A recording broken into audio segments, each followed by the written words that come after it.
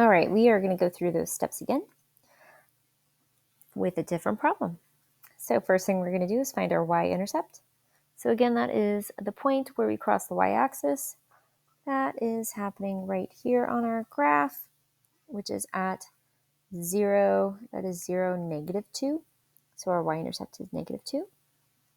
And then from there, I'm going to find our slope. So I'm going to use that point, and I have a point a little higher up that I'm going to use. So I'm going to count up 1, 2. So I'm going up 2, and then 1, 2, 3, 4 to the right 4.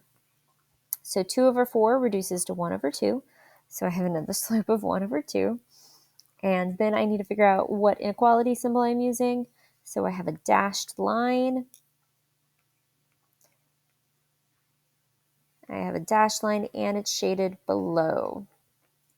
So looking at our little guide, if it's a dashed line and shaded below, that means I'm using the less than symbol. So to write my inequality, y is less than 1/2 x minus 2. Y is less than 1/2 x minus 2. And then we are going to look at another example in the top right corner of our note sheet. So same thing, I didn't write all the steps out here, so we're gonna have to remember step 1, find the y-intercept. So that y-intercept is that point where you're crossing the y-axis. So our y-intercept is at 1, 2, 3, 4, 0, 4. So that b is 4. And then I need to find my slope. Okay, so I'm going to pick a second point. So between those 2 points, well, remember when we find slope, if you have 2 points, start with the left point.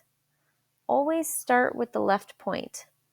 And so I'm going to start with that red point I just made, and I'm going to go up 1, 2, and to the right 1, 2.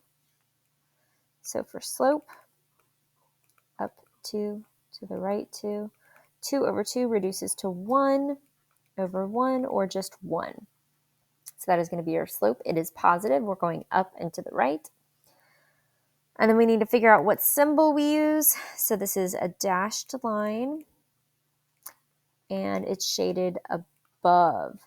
So dashed line and shaded above. So if we look at our table real fast, dashed line, shaded above is going to give us that greater than symbol, the greater than symbol. So greater than. Okay, so to write that equation, we have y is greater than, our slope is 1, and then x plus 4. Now we don't have to have the 1 there. The 1 doesn't change anything, so we can do y is greater than x plus 4 as our equation.